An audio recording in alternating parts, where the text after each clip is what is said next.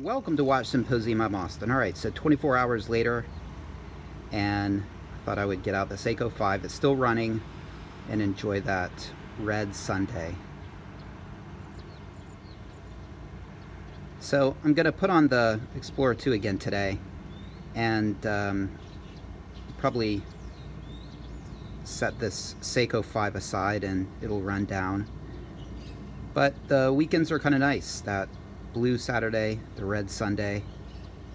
Alright guys, so going with the family to an onsen today. An onsen is a Japanese hot spring. So this is like a resort. It's got a, obviously a hotel. We'll spend the night there. And apparently it's got a pool and like a water park and stuff. So anyway, this is the watch I'm taking. My family's using the bathroom right now. And we're going to catch a train in about 5 minutes.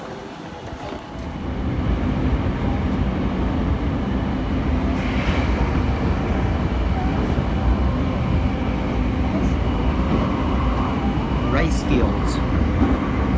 Right, kind of an interesting ad. It says, "I'm of the fragrance clique." She has her beer and is, I guess, enjoying the fragrance. Nice beer, nice woman.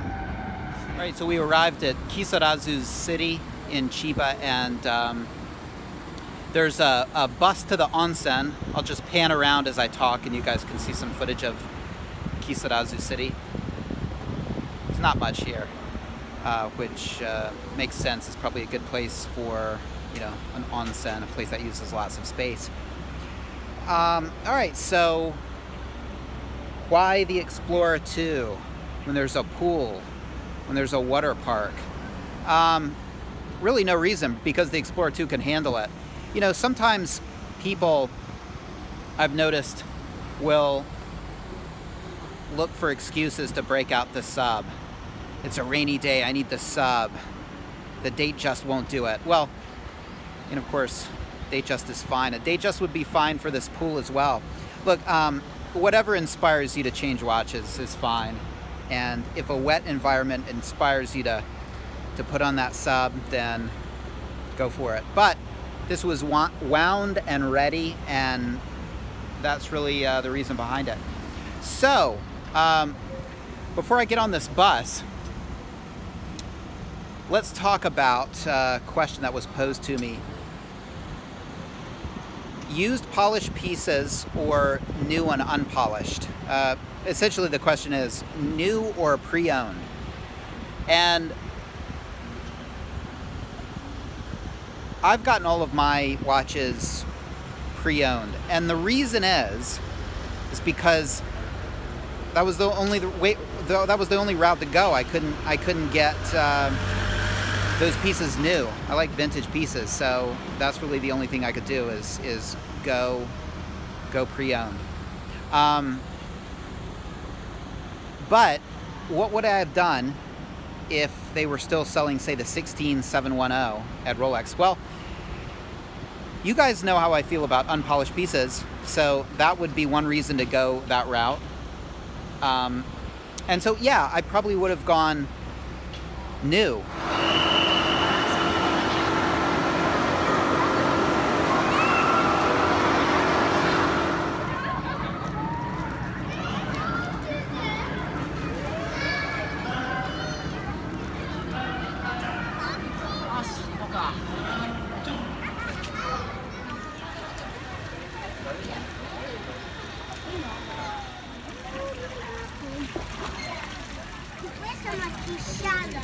Alright guys, they have various colored baths here. You can see in the distance yellow, and then you've got pink, and right in front of me purple. No, that's blue. And then right here, maybe fitting for Rolex, would be the green one. So I'm getting in right now. Okay, so in the green Rolex pool with the Explorer 2. So I've been swimming for about an hour, and yeah, I mean, no biggie, right? It's 100mm water resistant, and in this situation works just as good as a sub. My daughters absolutely love swimming, and this is the first time they've ever swam together. So that's kind of a cool thing. All right, this is a really beautiful thing you can see behind me. That's a Rolex pool right there with the green. I did mention purple. They do have a purple up here. And a milky one. And you got bubbles behind me.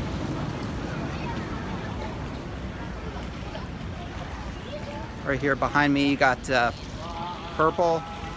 And then over here behind me, milky, as my daughters call it. And so you can see this place is right by the ocean, and so in the distance you can see people.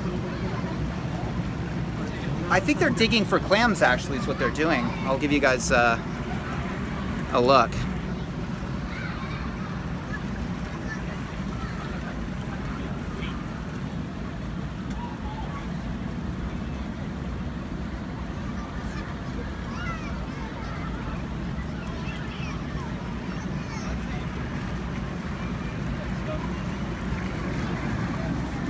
Okay guys, let's finish up that thought I had when I was waiting for the bus. All right, so new versus pre-owned. Well, if you can find what you want new, I'd probably go new. The only reason I went pre-owned is just because I couldn't get any of the pre-ceramic models. I thought about going Sea Dweller,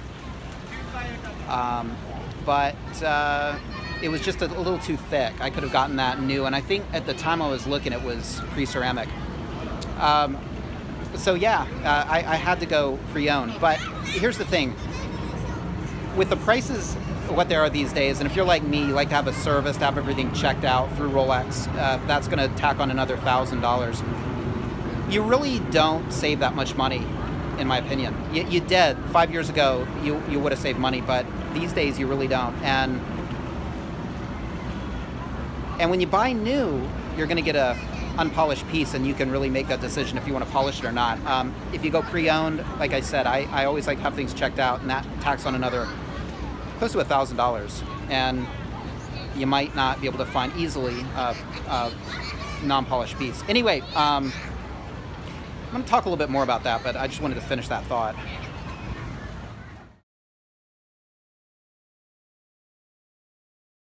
Okay, all right, so here we are at the hotel, getting ready to check out. So, yeah. How was it? Did you have a good time? Yeah. What did you like doing? Swimming. Swimming, yeah. And you swam a long time, didn't you? Yeah, and you like to go under, didn't you? Yeah. So we pretty much had a full day of swimming, and then what happened? Then when I got out, I wanted to do my last go under, and I went down there, and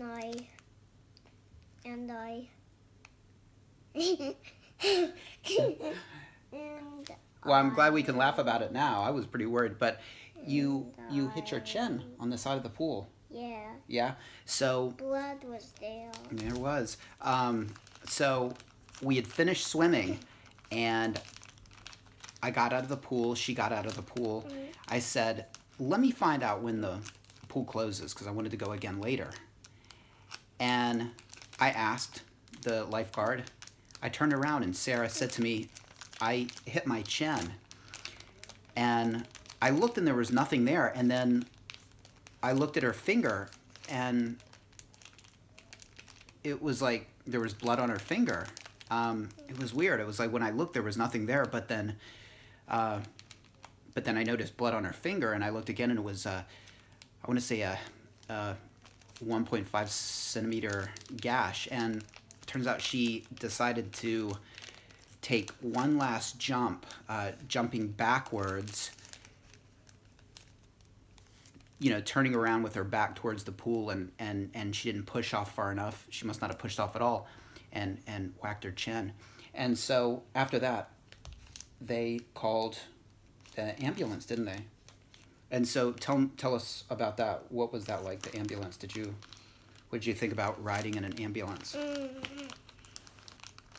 Huh? Are you embarrassed? Yeah. Well, you liked the ambulance, didn't you?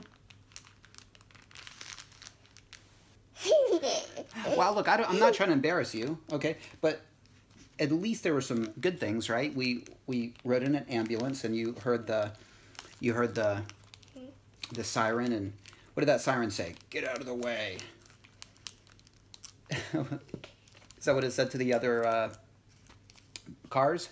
Yes. Yeah, well, let me say and that. it said, get out of the way, get out of the way. That's right. And that was, I guess, an experience, looking on the bright side of this.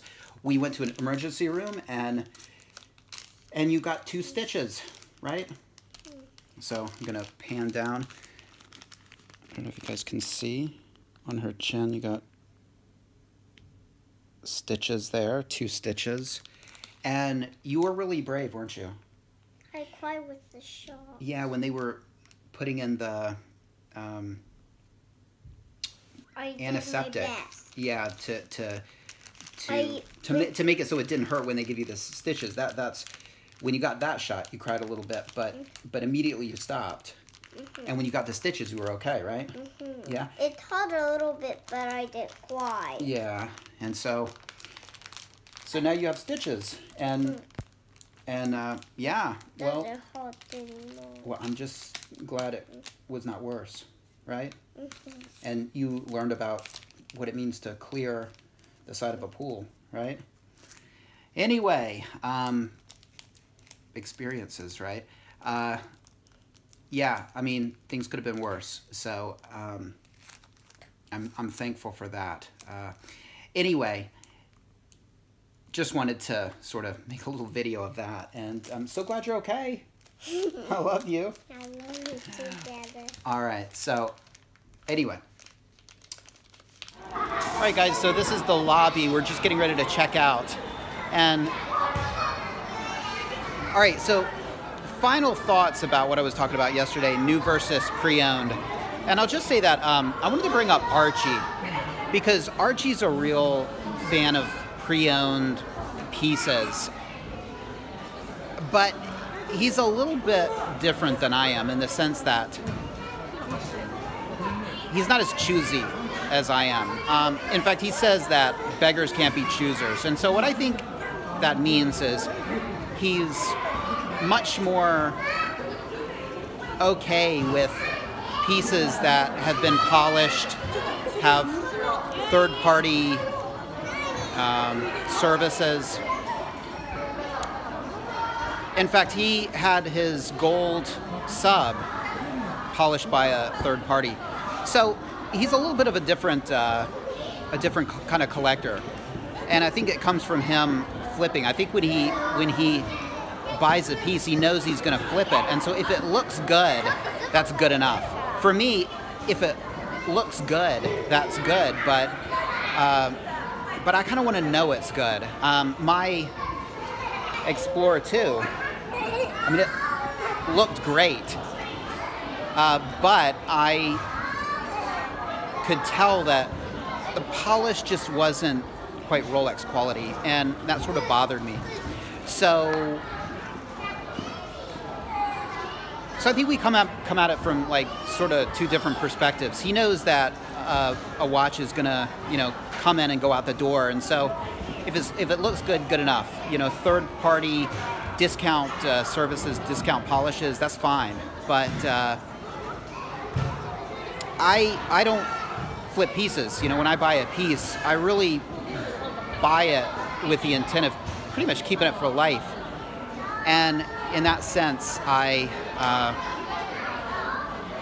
do pay attention to the little things, like whether it's had a polish or not, or had a Rolex polish. And so that's why buying new sort of makes sense to me, because you can get that non-polished piece. Again, if you are okay with the current models. Okay, well, I think the bus is just about here, so back home. And hey, thanks for watching. Take care. See you next time.